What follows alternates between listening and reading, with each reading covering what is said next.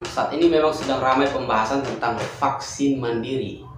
Mengingat selama ini vaksin yang diselenggarakan oleh pemerintah dianggap belum bisa mencapai untuk herd immunity. Masih dalam ada tahapan 1, 2, dan 3. Walaupun pemerintah dalam hal ini tentu saja telah berupaya untuk menyelenggarakan vaksin dengan tahap-tahap tadi dengan skala prioritas kesehatan dan kerentanan. Jadi statementnya Pak Yusuf Kalla memang dikatakan mendukung vaksin mandiri.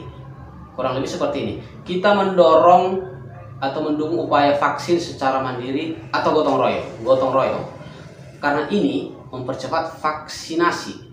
Karena bila mau 1 tahun, ini semua 1 tahun soal vaksin, maka dibutuhkan setidaknya 1 juta per hari. 1 juta per hari harus disediakan oleh pemerintah. Dan itu tidak mungkin dilakukan oleh pemerintah saja.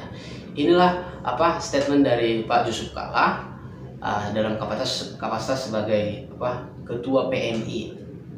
Tetapi teman-teman, di sisi yang lain ada juga yang berpendapat bahwa skala prioritas vaksin sepenuhnya berdasarkan risiko kesehatan.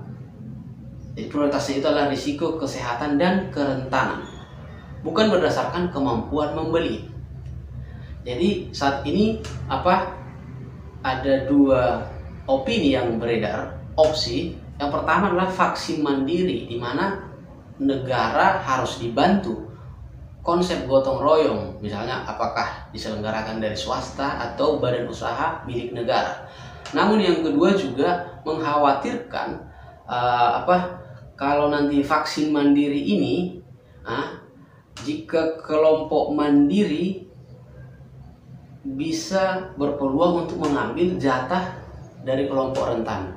Teman-teman, walaupun pemerintah telah menggelontorkan dana supaya vaksin gratis, atau ada pihak yang ingin bergotong royong membantu pemerintah supaya ada vaksin mandiri dalam penyelenggaraan vaksin dan mencapai herd immunity, tapi ternyata masalahnya adalah produksi vaksinnya yang langka seperti itu. Jadi vaksin itu tidak bisa mudah didapatkan.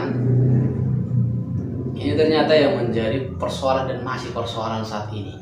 Maka itu kita mengharap di Komisi 9 DPR semoga secepatnya dibahas soal sikap ini. Apakah ada opsi lain? Nah, ini yang kita rasa perlu Komisi 9 DPR RI harus menyikapi dan membahasnya. Ya mungkin kalau secara pribadi lah ya pendapat saya, kalaupun misalnya vaksin mandiri seharga 300 atau 500, ya mungkin saja sih orang akan mengupayakan supaya bisa divaksin karena memang sangat perlu, sangat urgent. Tetapi memang kembali lagi soal stok vaksinnya yang ternyata jadi problem. Karena ketika mandiri mungkin saat ini belum siap, bisa saja yang diambil adalah jatah dari kelompok rentan dan berisiko soal kesehatan. Itu teman-teman, kita doakan semoga soal produksi vaksin pilihannya juga semakin baik sehingga bisa mencapai herd immunity minimal memaksin 180 juta. Terima kasih teman-teman. Itu yang ingin saya share terkait dengan vaksin mandiri. Semoga di Komisi 9 mereka membahas, memberikan sikap kepada pemerintah. Terima kasih. Salam sehat. Tetap kita jaga kesehatan.